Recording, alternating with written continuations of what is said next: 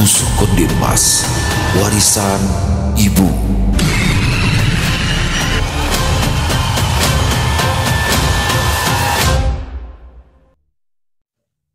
Jalanan desa yang sempit dan berkelok itu tampak lengang ketika ojek yang ditumpangi Anjani perlahan melintasinya.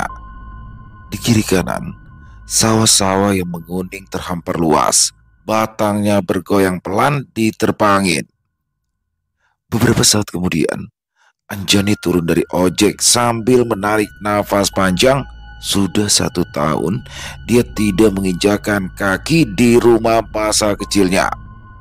Di teras rumah, ibunya berdiri menanti. "Kenapa baru pulang hari ini?" sambut Bu Isna dengan suara agak ketus. "Ibu sudah menunggu kedatanganmu dari kemarin." "Maaf, baru bisa datang hari ini, Bu," saut Anjani pelan tanpa menjelaskan alasannya datang terlambat. Dia segera memeluk Bu Isna erat-erat. Anjani sangat merindukan ibunya, tapi selama setahun ini ia selalu dilarang pulang oleh Bu Isna. Dari ruang tengah terdengar suara tawa anak-anak. Anjani menoleh dan melihat kakaknya Mahameru duduk di atas tikar sambil memangku putrinya yang masih balita. Perempuan berkacamata yang juga istri Mahameru melambaikan tangan padanya, memberi isyarat agar Anjani segera masuk. "Yuliana dan Mahameru sudah datang sejak kemarin," kata Bu Isna melihat arah pandangnya. Anjani mengangguk mengerti. Dia segera meletakkan tasnya di pojok ruangan, kemudian bergabung bersama keluarga di ruang tengah. Setelah melepas lelah, Anjani disuruh ke belakang oleh Bu Isna, diminta untuk membantu para tetangga yang sibuk memasak untuk acara malam ini. Setelah Isya, para tetangga mulai berdatangan. Para lelaki duduk di bagian depan rumah, sementara kaum perempuan memenuhi dapur dan ruang tengah. Wajah para tetangga yang dulu akrab kini terasa sedikit asing bagi Anjani, tetapi mereka semua tak menyambutnya dengan hangat. Doa dan tahlilan pun dimulai. Selepas sholat Isya, aroma kopi dan kue basah memenuhi ruangan, sementara para ibu sibuk menyuguhkan nampan demi nampan ke para tamu. Anjani duduk bersimpu di samping ibunya.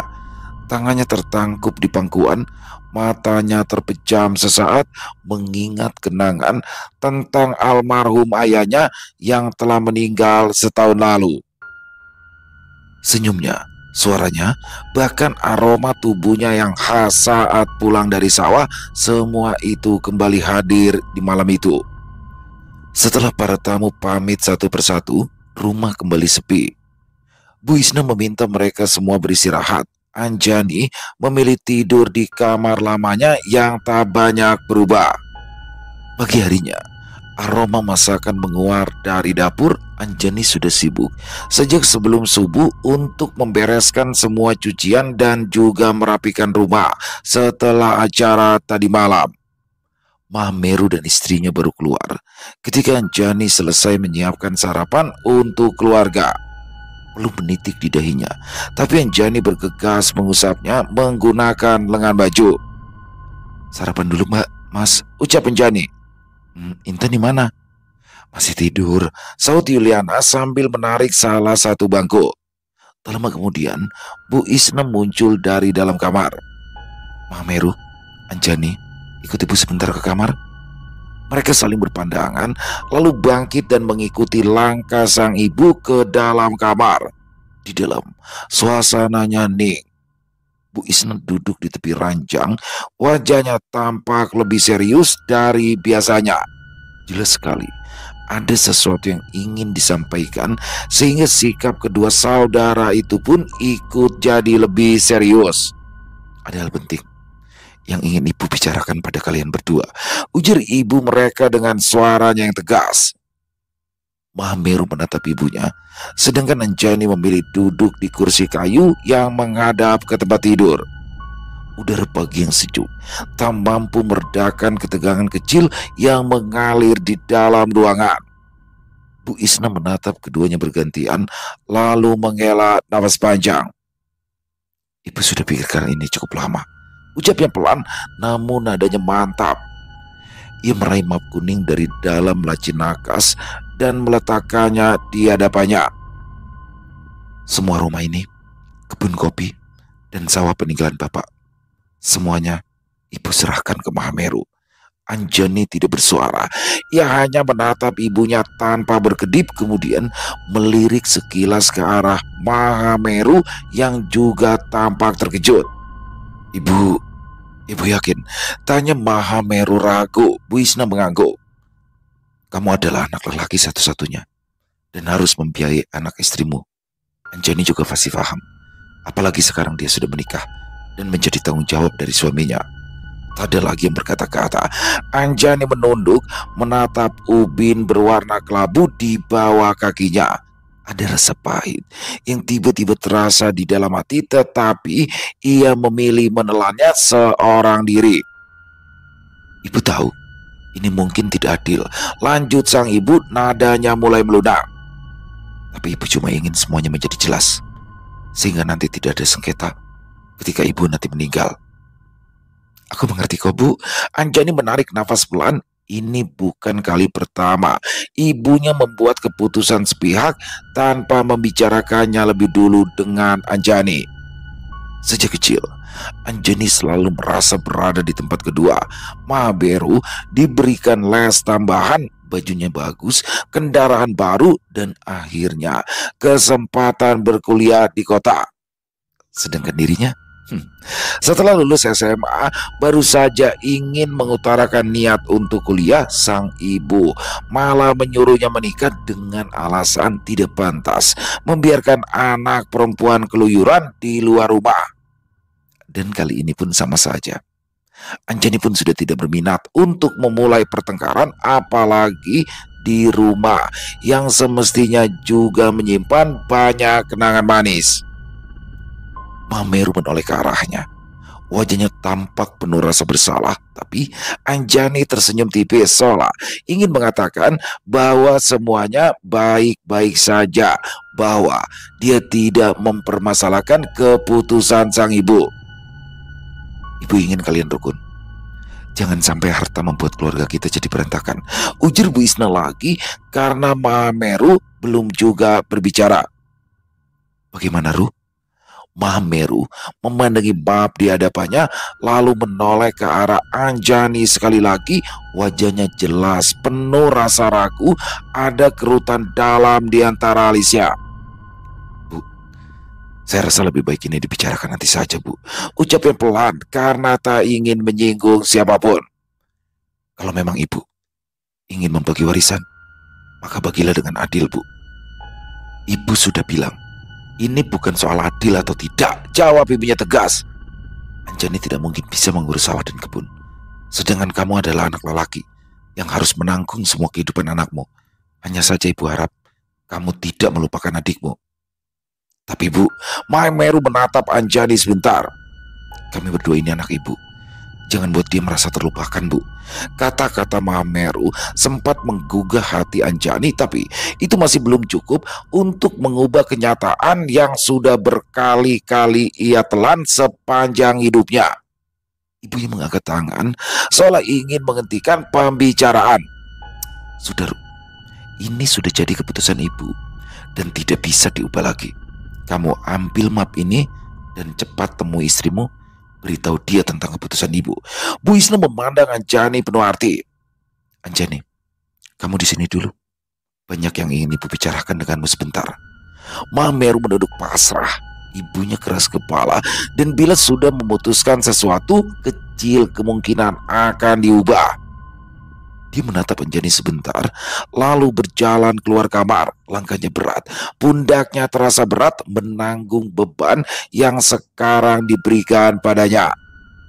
Bagi Mahameru, warisan sebanyak ini harusnya dibagi dua dengan Anjani. Tapi apa boleh buat, sang ibu sudah membuat keputusan. Pintu kamar tertutup pelan, terdengar Mahameru berbicara dengan Yuliana di ruang makan. Anjani, panggil ibunya lembut. Anjani perlahan mengangkat kepala. Kemarin, Dok, duduk dekat ibu. Ia ragu sejenak sebelum kemudian melangkah mendekat. Anjani kembali menduduk, kedua tangannya terlipat di pangkuan. Bu Isna menarik nafas panjang, lantas menyentuh punggung tangan Anjani. Sentuhan yang seharusnya hangat itu justru membuat dada Anjani semakin terasa sesak. Ibu tahu, kamu adalah perempuan yang kuat.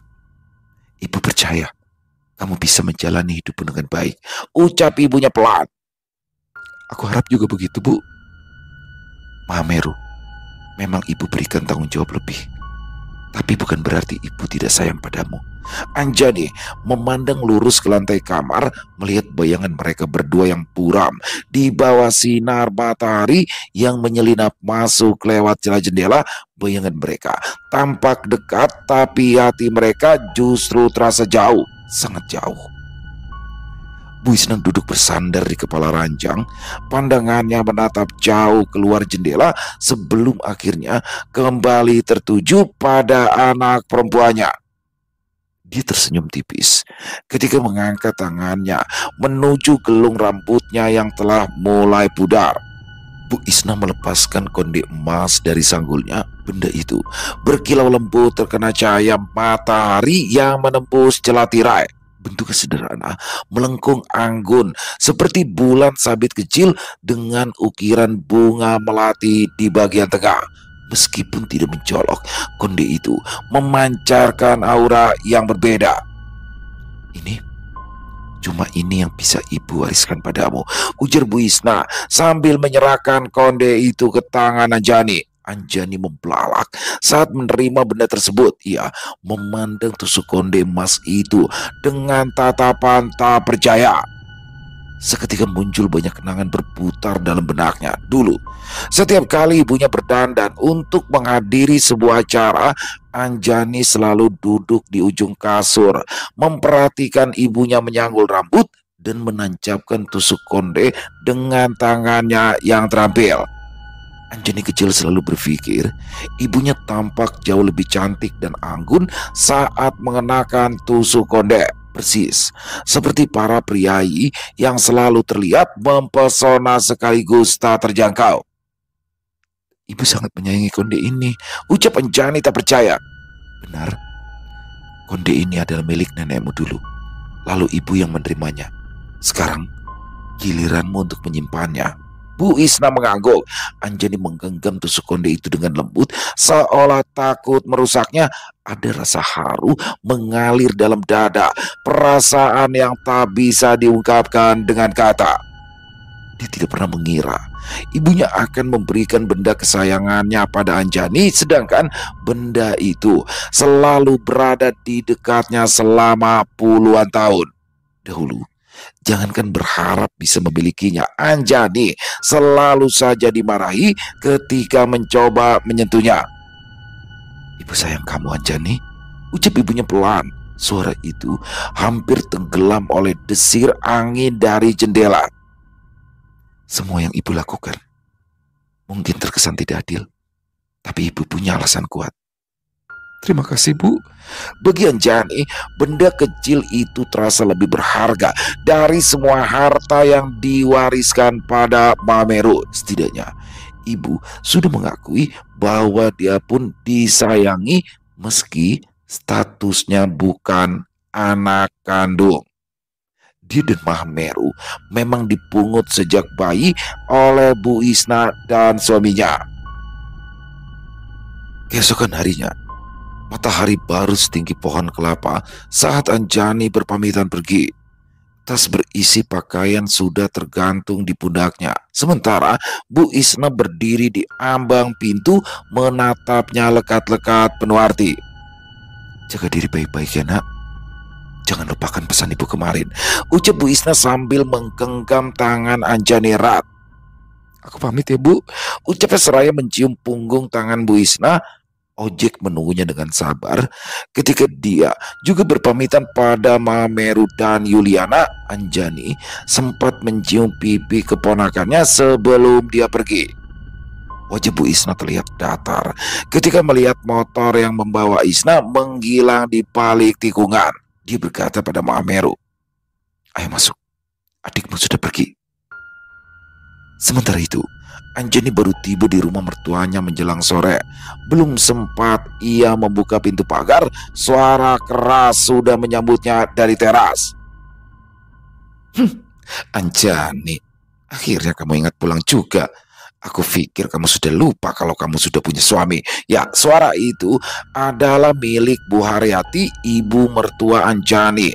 Perempuan baru bayi tersebut galak dan suka berbicara tanpa tedeng aling-aling. Dia berdiri tegak dengan tangan bertolak pinggang, matanya tajam seperti pisau dapur yang baru diasah. Anjani masuk dengan tergopoh-gopoh. Maaf Bu, haul almarhum Bapak agak ramai, jadi aku baru sempat pulang hari ini. Alah, selalu aja ada alasan. Aku itu sudah tua. Siapa lagi yang merawat rumah kalau bukan kamu? Cecar Bu Haryati sambil menggeleng-gelengkan kepala. Anjani mendesak, membantah, hanya akan memperpanjang urusan. Tanpa menjawab lagi, ia segera masuk ke dalam rumah dan berjalan ke kamar untuk menaruh barang bawaannya. Di depan cermin, ia berganti pakaian, lalu menyisir rambutnya pelan. Pandangannya jatuh pada konde emas yang masih tersimpan rapi dalam kantong kecil di tasnya. Dia mengambilnya, memandangnya sejenak, lalu tersenyum. Tak kenapa, hari ini hati Anjani tergerak untuk mengenakan warisan ibunya tersebut.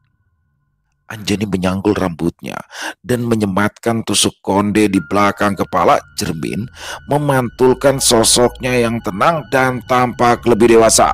Perasaan hangat merasuk ke dada Anjani sehingga ia merasa lebih percaya diri. Anjani membusungkan dada sebelum keluar kamar. Dia harus segera membersihkan rumah sebelum mertuanya kembali berteriak. Ketika Anjani kembali ke ruang tamu, Bu Haryati yang tadinya masih bersungut-sungut mendadak terdiam. Tatapannya berubah diiringi dengan ekspresi wajah yang melunak. Bahkan suara kerasnya terdengar jadi lebih lembut. Di mana kamu beli tusuk konde itu? Cocok sekali buat kamu, tanyanya kagum. Warisan dari ibu. Cantik ya Bu, jawab Anjani sambil tersenyum kecil. Bu Haryati bahkan mendekat dan menyentuh lengan menantunya, sesuatu yang jarang sekali dilakukannya. Kamu itu cantik sekali loh Anjani. Benar-benar seperti perempuan bangsawan zaman dulu. Anjani tercengang kala merasakan sentuhan Bu Haryati yang begitu lembut dan penuh kasih. Kamu pasti capek kan karena perjalanan dari kampung. Sebaiknya istirahat dulu, gak usah masak dulu. Kita beli makanan matang saja untuk makan malam ya, kata Bu Haryati sambil mendorong pelan bahu menantunya agar kembali masuk ke dalam kamar. Meski keheranan, Anjani menuruti saran mertuanya dengan senang hati. Ini untuk pertama kalinya ia bisa menikmati tidur siang setelah menikah dengan Reza. Benar saja, saat makan malam, ibu mertua menghidangkan masakan yang dibelinya dari luar. Bahkan saat mencuci peralatan makan, dia tak lagi melakukan sendiri, melainkan berdua dengan Bu Haryati. Mereka berdua mengobrol akrab. Ini merupakan hal yang baru dialami oleh Anjani. Reza pun tampak terheran-heran karena ibunya menjadi lebih ramah pada Anjani, tetapi dia juga tidak bisa menjelaskan kenapa dirinya kini jadi lebih sering memandang Anjani dengan tatapan penuh kasih sayang. Setelah selesai mencuci piring, Anjani masuk ke dalam kamar terlebih dahulu. Badannya masih terasa pegal sehingga dia menolak ketika diajak mertuanya menonton televisi. Dia sedang merapikan ranjang ketika Reza, suaminya, menyusul masuk. Sayang, panggil Reza lembut. Anjani terkejut. Biasanya Reza memanggilnya dengan nama. Belum pernah dia dipanggil sayang seperti saat ini. Mas Reza manggil aku. Anjani menunjuk dadanya sendiri. Memangnya siapa lagi? Saut Reza sambil tertawa geli. Dia menyandarkan tubuhnya di kusen pintu sambil menatap istrinya penuh perhatian. Besok kamu ada acara nggak? Anjani menggeleng. Ya, ibu rumah tangga sepertinya memangnya bisa punya acara apa selain mengurus ruang dan keluarga. Reza tersenyum lebih lebar. Besok kita jalan-jalan yuk. Sepertinya sudah lama deh kita nggak pernah jalan-jalan berduaan. Anjani menatap suaminya bingung. Sudah lama sekali Reza tak mengajaknya pergi, bahkan sekedar makan di luar saja kadang harus dibujuk berhari-hari. Dan kini suaminya sendiri yang menawarkan. Aku nggak salah dengar? Tanyanya setengah bercanda. Reza tertawa. Aku serius kok. Besok kita pergi keluar ya setelah aku pulang kerja. Aku juga ingin membelikan gelang impianmu itu. Matanya mengerjap takjub karena tak bisa memahami perubahan yang terlalu tiba-tiba ini. Reza yang selama ini selalu perhitungan padanya, yang selalu memeriksa bon belanjaan dan menyuruhnya selalu menawar harga sayur di pasar, kini bicara soal perhiasan. Keesokan harinya, mereka berjalan berdampingan di dalam pusat perbelanjaan. Reza menggandeng tangan Anjani, memperhatikan setiap etalase yang mereka lewati. Di sebuah toko perhiasan, Reza bahkan lebih antusias daripada dirinya. Ia menunjuk beberapa cincin dan gelang, lalu bertanya pada pelayan toko. Kalau yang ini kadar emasnya berapa? Ada yang cocok nggak buat istri saya? Anjani tidak bisa menyembunyikan rasa senangnya saat memilih sepasang anting dan sebuah cincin kecil, tetapi Reza malah menambahkan kalung ke dalam kotak belanja mereka. Cocok banget deh sama bentuk wajah kamu yang oval, ucap Reza sambil memakaikan kalung itu ke lehernya. Anjani melihat pantulan dirinya di kaca. Wajahnya tampak berseri, dihiasi senyum bahagia. Meski begitu, yang paling mencolok adalah konde emas di rambutnya yang masih ia kenakan di hari itu. Sepulang dari mall, mereka duduk berdua di teras rumah. Reza tampak santai, bahkan menyeduhkan teh untuknya. Aku gak tahu kenapa deh, tapi sejak pulang kemarin, kok kayaknya aku seperti jatuh cinta lagi sama kamu ya. Rumah ini terasa lebih hangat. Mungkin benar kata orang-orang, pasangan itu sekali perlu berjauhan untuk menumbuhkan rasa rindu. Perlahan, Anjani menyentuh konde di belakang kepalanya. Jadi Mas Reza lebih suka kita berjauhan, godanya. Tapi sayang, kebahagiaan Anjani tidak bertahan lama. Keesokan harinya, ponsel Anjani berdering di pagi buta. Dia terbangun dengan dahi berkerut. Tangannya meraba-raba meja di samping tempat tidur, lalu mengambil ponsel yang terus berdering. Suara dari seberang terdengar terbata-bata, menyampaikan kabar yang membuat dunia Anjani terasa hancur berantakan. Anjani, ibu meninggal. Suara Mameru terdengar serak, nyaris tak bisa dikenali olehnya. Anjani membeku, tangannya gemetar, bibirnya bergerak, tapi tak ada suara yang keluar. Nafasnya tersendat-sendat di tenggorokan. Reza yang duduk di sisi ranjang langsung memegang baunya. Ada apa sayang? Tanyanya prihatin. Anjani menoleh perlahan, matanya tampak merah saat ia berkata, Ibu meninggal, Mas. Innalillahi. Kita harus segera pulang kampus sekarang. Reza sama terkejutnya. Reza segera meminta izin ke kantor untuk tidak bekerja di hari itu. Tak sampai 1 jam, mereka pun sudah dalam perjalanan menuju kampung halaman. Sesampainya di rumah, suasana duka langsung menyergap. Pintu depan terbuka lebar, orang-orang duduk bersila di teras. Mereka semua terlihat ikut berduka. Mameru menyambut mereka dengan mata sembab. Ia langsung memeluk Kading erat. Maaf Anjani. Aku tidak tahu kenapa bisa begini. Tadi malam saat kami berkata ingin pulang ke rumah, ibu masih baik-baik saja. Bau Mameru berguncang. Dia memang sangat kehilangan Bu Isna yang sudah dianggapnya sebagai ibu kandung sendiri. Kita tidak bisa menebak kapan maut datang, Mas, ucap Anjani sambil mencoba menghibur Mameru walau hatinya sendiri berantakan. Dia melangkah masuk ke dalam rumah digandeng Mameru. Tubuh Anjani terasa dingin ketika melihat tubuh ibunya sudah terbujur kaku, ditutupi kain batik coklat tua. Wangi kapur barus mengambang di udara bercampur dengan aroma bunga melati. Kamu mau melihat ibu untuk terakhir kalinya? Tanya Yuliana yang duduk di dekat jenazah Bu Isna. Saat kain penutup dibuka pelan, Anjani memekik pelan, penuh kesedihan.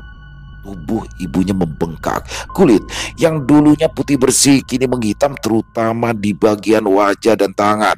Mata ibunya terpejam rapat, tapi garis di sekitar mulutnya tampak menegang. Anjani bersimpuh di sisi jenazah sambil menggenggam tangan ibunya yang sudah dingin dan kaku. "Bu, kenapa ibu pergi begitu cepat?" bisiknya penuh luka. Reza bertanya lirih kepada Mahameru. "Mas, kenapa tubuh ibu jadi begini ya?" Mahameru menggeleng. "Kami juga tidak ngerti. Padahal sebelumnya ibu itu tidak sakit apa-apa." Air mata Anjani tak menetes sama sekali. Dia ikut memandikan jenazah Bu Isna, mengantarkan ke pemakaman, memandang kubur ibunya ditimbun tanah tanpa menangis sedikit pun. Ia bicara seperlunya, menjamu tamu dengan sopan dan mengurus segala keperluan dengan cekatan. Beberapa orang bahkan berbisik kagum tentang Anjani yang kuat menahan duka. Sebaliknya Mahameru, dia terlihat rapuh. Dia lebih baik banyak duduk diam sambil memeluk lutut. Bahkan saat jenazah diturunkan ke liang kubur, Mahameru tak sanggup berdiri. Anjani memandang tingkah kakaknya dengan tatapan tenang. Mahameru memang sangat dekat dengan ibu sehingga kehilangan menamparnya lebih keras. Beberapa hari setelah pemakaman, Anjani dan Reza kembali ke kota. Bu Haryati segera memasak makanan hangat, bahkan memijat pundak Anjani saat ia terlihat lelah. "Anggap saja ibu sebagai ibumu sendiri ya," kata Bu Haryati yang iba melihat sorot lelah di mata Anjani. Anjani memeluk ibu mertuanya erat. Semua kesedihan yang disembunyikannya rapat-rapat selama ini langsung ditumpahkan hari itu juga. Dia akhirnya tertidur di pelukan Bu Haryati karena kelelahan menangis, sedangkan Bu Haryati dan Reza saling berpandangan. Mereka tidak menyangka ternyata Anjani menyimpan banyak rahasia. Hari-hari berjalan kembali ke rutinitas semula sampai pada suatu sore bel rumah berbunyi. Reza membukakan pintu. Mas, tumben datang ke sini," katanya terkejut saat melihat tamunya. Masuk mas." Dia menengok ke dalam rumah dan berseru agak nyaring. "Sayang, ada Mas Mahameru nih." Mas Mahameru? Anjani juga sama terkejutnya melihat sang kakak datang bertamu. Anjani menyambut kakaknya dengan pelukan singkat, lalu mempersilakannya duduk di ruang tamu. Wajah Mahameru terlihat lebih kurus dari terakhir kali mereka bertemu. "Aku datang ke sini karena ada yang ingin aku bicarakan," ucap Mahameru lalu menatap Reza dengan agak sungkan. Reza pun segera mengerti apa maksud tatapan dari Mahameru. Dia menepuk bahu Anjani untuk memberi dukungan lalu masuk ke dalam kamar. "Aku ingin menjual rumah kita," kata Mahameru setelah Reza menjauh. "Rumah yang diwariskan ibu padaku." Setelah mendengar ucapan Mahameru, Anjani pun tidak langsung menjawab. Ia hanya tersenyum samar lalu berdiri pelan dari sofa. "Tunggu sebentar, aku buatkan kopi dulu," ujarnya singkat. Mahameru mengangguk lelah. Ia menyandarkan tubuh ke sandaran kursi sambil mengusap wajahnya yang tampak letih. Hujan gerimis yang turun di luar jendela membuat suasana sore itu terasa muram dan sendu. Di dapur, Anjani menyiapkan 2 cangkir kopi hitam. Aroma kopi yang mulai merebak mengisi udara berhasil menciptakan sedikit kehangatan.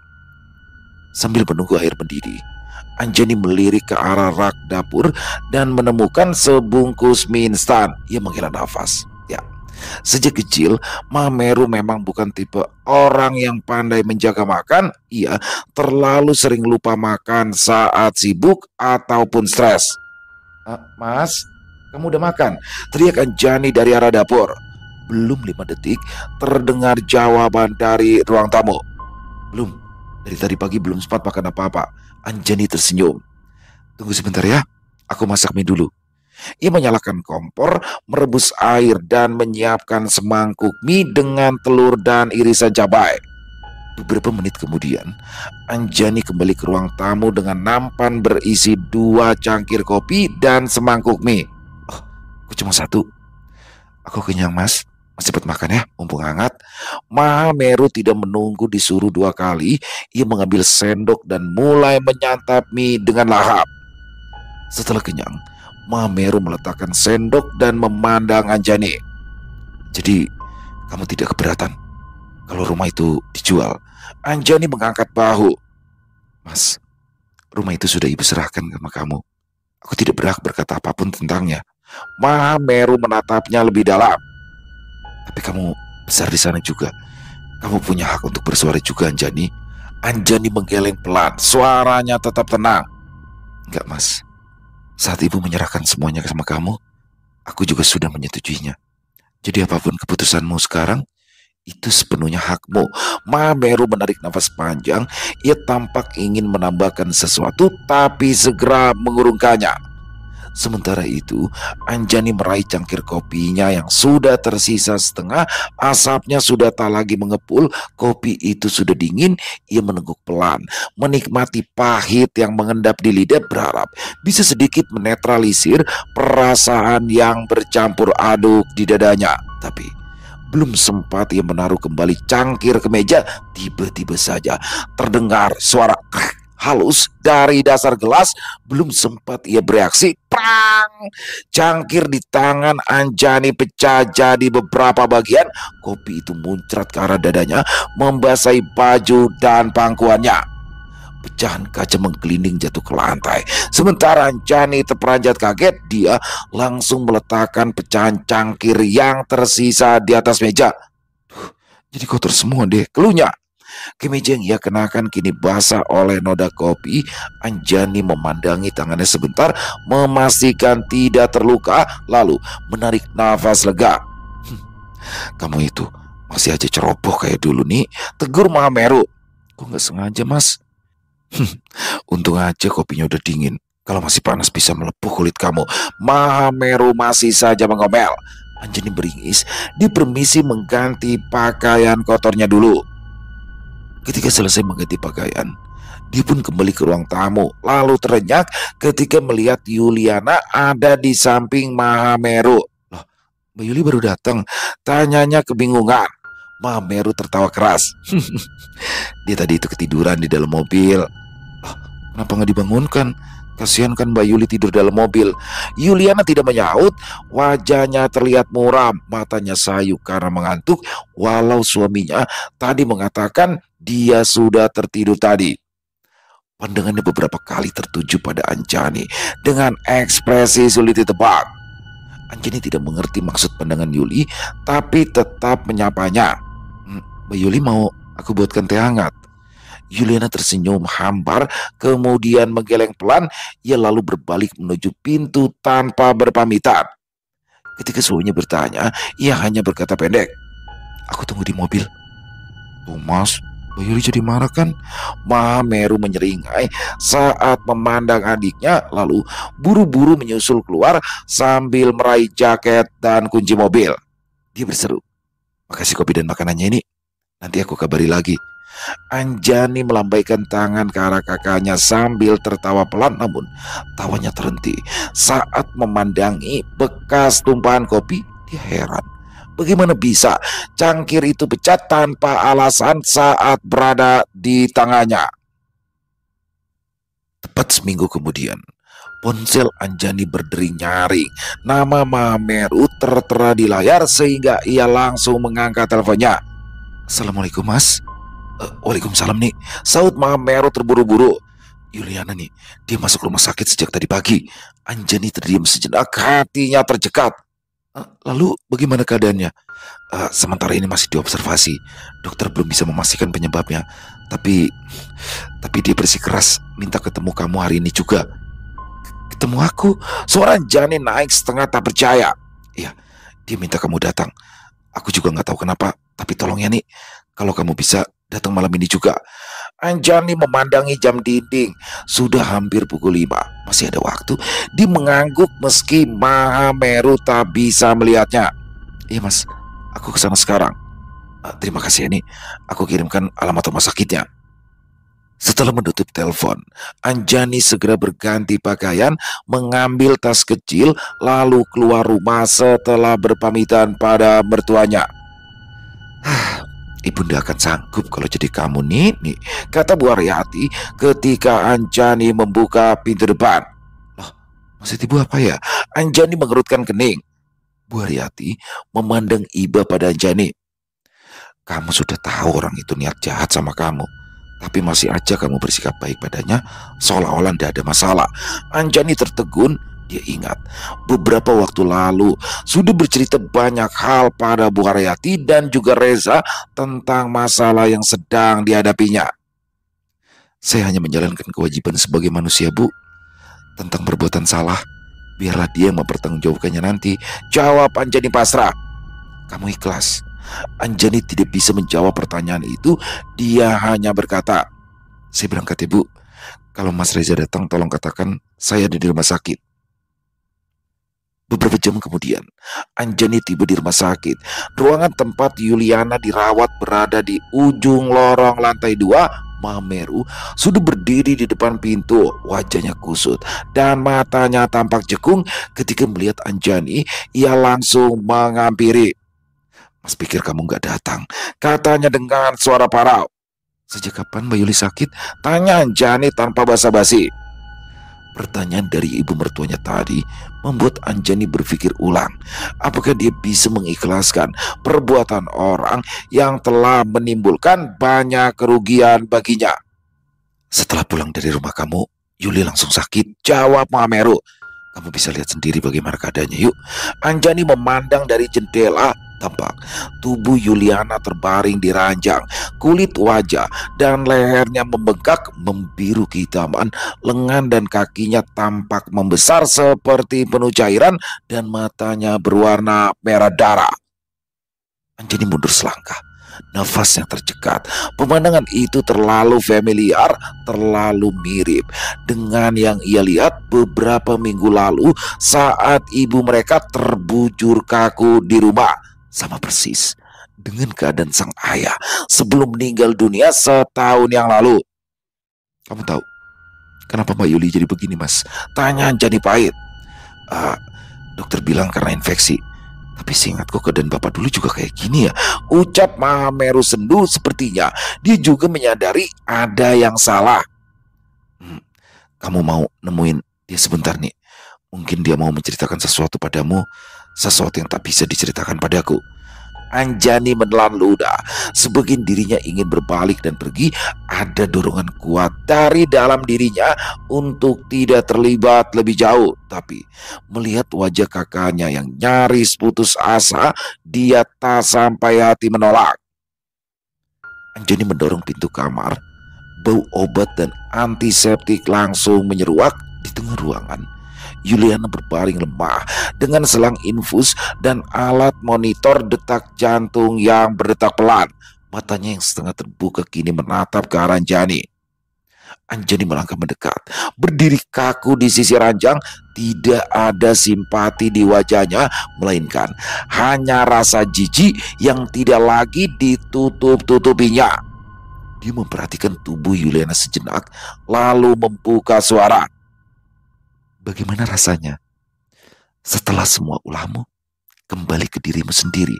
Mata Yuliana membelalak, bibirnya yang kering bergetar seperti ingin menolak tuduhan yang baru saja diucapkan oleh Anjani. Dia mencoba bangkit, tapi tubuhnya terlalu lemah.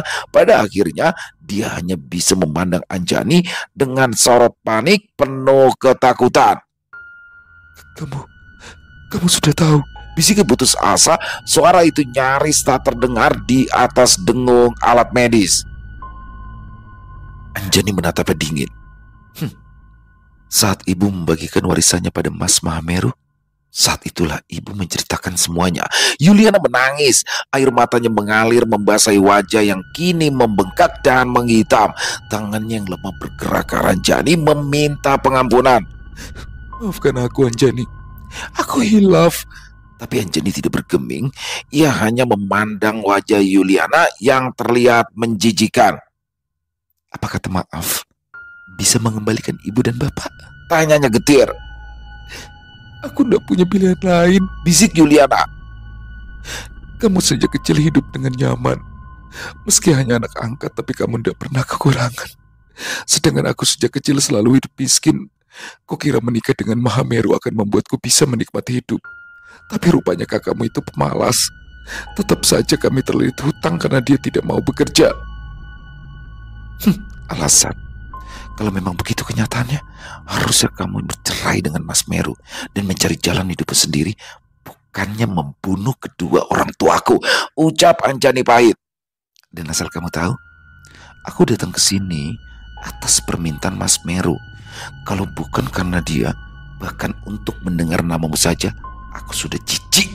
Yuliana menangis terseduh-seduh, sedangkan Anjani memilih keluar kamar tanpa merasa iba sedikit pun. Dia ingin segera mandi begitu tiba di rumah, membersihkan semua kotoran dari tubuhnya karena berdekatan dengan Yuliana.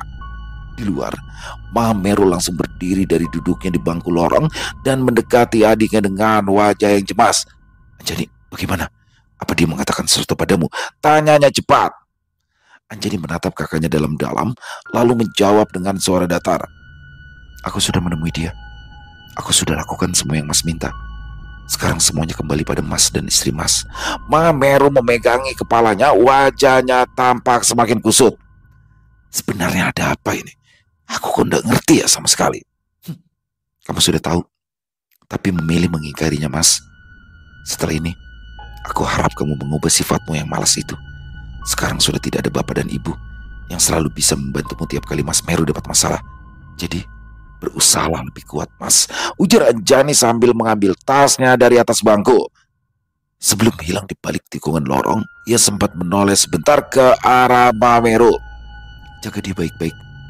Bagaimanapun juga, Mas punya andil sehingga dia mengambil pilihan ini. Setelahnya, Anjani melanjutkan langkah tanpa menoleh lagi. Di luar rumah sakit, langit sudah gelap. Anjani masuk ke dalam mobil taksi online yang sudah menunggunya sambil terus menatap ke arah depan. Hidung Anjani terasa masam. Dia meraba pipinya yang basah, lalu mendesah pelan. Meski sangat membenci Yuliana, tetap saja ia merasakan sedikit kasihan pada perempuan itu yang telah memilih jalan salah. Tangannya merabat tas di pangkuannya. Ia membuka resletingnya perlahan, lalu mengeluarkan sebuah benda kecil yang dibungkus kain beludru.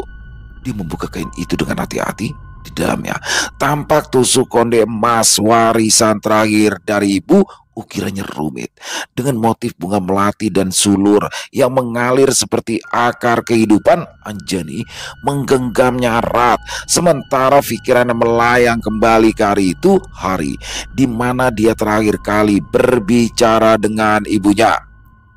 Ini satu-satunya yang ibu bisa wariskan padamu, Anjani, ucap ibunya lembut waktu itu sambil menyelipkan tusuk konde ke dalam tangan Anjani.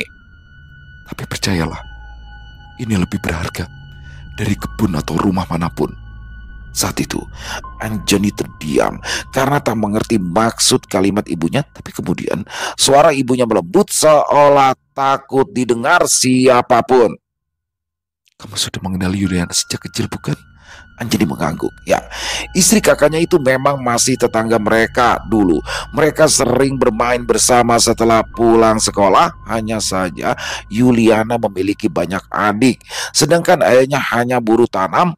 Tubuh Yuliana dulu sangat kurus karena kurang gizi, pakaiannya pun lusuh. Setelah besar, Mahameru jatuh cinta padanya. Wisna yang merasa sudah mengenal dekat Yuliana pun menyetujui pilihan anak sulungnya. Ibu pikir Yuliana akan sama baiknya dengan ibunya. Ternyata dia hanya mengincar harta keluarga kita. Dia tega mengirimkan santet pada bapak sampai meninggal. Dia belum puas. Yuliana masih ingin kita meninggal satu persatu agar dia bisa memiliki semuanya. Jantung Anjani mencelos waktu mendengarnya. Karena itu, ibu segera menikahkanmu dengan Reza agar segera pergi dari rumah. Tapi Yuliana ternyata tidak tanggung-tanggung. Dia juga mengirimkan teluh sehingga keluarga suamimu sangat membencimu. Kenapa dia bisa jahat itu, Bu? Karena dia serakah. Tapi setelah ini, dia tidak akan bisa menyentuh lagi. Tusuk konde ini dibuat oleh orang yang tahu betul cara menangkal niat jahat. Dia dibuat dengan niat melindungi setelah melakukan tirakat panjang. Selama kamu memilikinya, niat buruk apapun tidak akan bertahan lama di tubuhmu. Tapi jangan gantungkan dirimu pada benda ini. Perkuat juga ibadahmu, Anjani. Kalau ibu memberikan ini padaku, lalu bagaimana dengan ibu? Jangan khawatir, nak. Ibu sudah tua.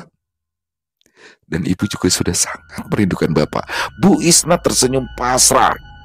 Suara klakson mobil menyadarkan Anjani pada keadaan sekarang dia mengusap matanya yang basah. Kini Yuliana dan Mahameru harus menerima karma dari perbuatannya. Santet itu kembali kepada pengirimnya. Selesai. Wow, luar biasa kisah dari Isyawara Senja. Waduh, bener-bener nggak diduga. Seperti biasa ya Isyawara Senja ya. Tadinya saya pikir tusuk konde ini semacam apa ya, semacam pemikat atau susuk gitu ya. Karena ketika Anjani pakai tusuk konde emas itu, wah mertuanya langsung sayang tuh sama dia. Yang tadinya julid, yang jutek begitu, tiba-tiba langsung sayang. Terus suaminya yang tadinya pelit, perhitungan segala macam, tiba-tiba berubah jadi romantis. Wah, dibeliin emas, diajak keluar ke mall, jalan-jalan. Di sini cukup heran juga. Tadinya saya pikir, wah ini pasti susuk ini adalah susuk yang memancarkan kewibawaan ya, tusuk konde emas itu. Karena ibunya tuh digambarkan sosok yang bersahaja seperti priai, seperti bangsawan ya. Tapi ternyata di endingnya, bener-bener. Jadi teman-teman, di sini bagaimana suami dari Mahameru, namanya keren-keren banget ya, Anjani dan Mahameru. Anjani itu kayak Rinjani kan, nama-nama gunung nih Mahameru. Dan di sini bagaimana ketika istri dari Mahameru, kakak dari Anjani ini ternyata ingin menguasai semuanya. Dan di awal tadi bagaimana Anjani tidak diberikan sedikit pun warisan berbentuk tanah ataupun sawah dan ladang, tapi semuanya dikasihkan ke Mahameru. Karena di sini Bu Isna tahu bahwasanya Yuliana ini menginginkan itu semua dan dia sudah menyantet bapaknya, dan bahkan kalau sampai ini tidak ia dapatkan, semuanya selesai. Dan itu terbukti ketika ibunda dari Anjani meninggal dunia setelah tusuk konde emas itu diberikan kepada Anjani. Jadi dia nggak punya perlindungan. Ternyata tusuk konde itulah yang selama ini menjadi pelindung. Dan bagaimana ternyata pada hakikatnya suami dari Anjani dan juga ibu mertuanya itu baik. Tapi ternyata selama ini diguna-guna jadi jahat, jadi julid banget sama dia. Ini keren banget ya. Gak nyangka, bener-bener gak nyangka. Saya pikir bagaimana ternyata Yuliana, aktor utama dari semuanya. Keren pakai banget Isyawara Senja, selalu membuat terperangah. Waduh, terima kasih Isyawara Senja atas kisah yang luar biasa. Dan semoga kisah barusan bisa menghibur teman-teman semua, para pecinta penikmat horor misteri, lebih khususnya lagi kepada para subscriber dari channel Ilo Bercerita. Buat yang punya komentar lain, yang punya pendapat lain, bisa menuliskannya di dalam kolom komentar ataupun hanya sekedar saling menyapa. Insya Allah kami akan menjawab satu persatu.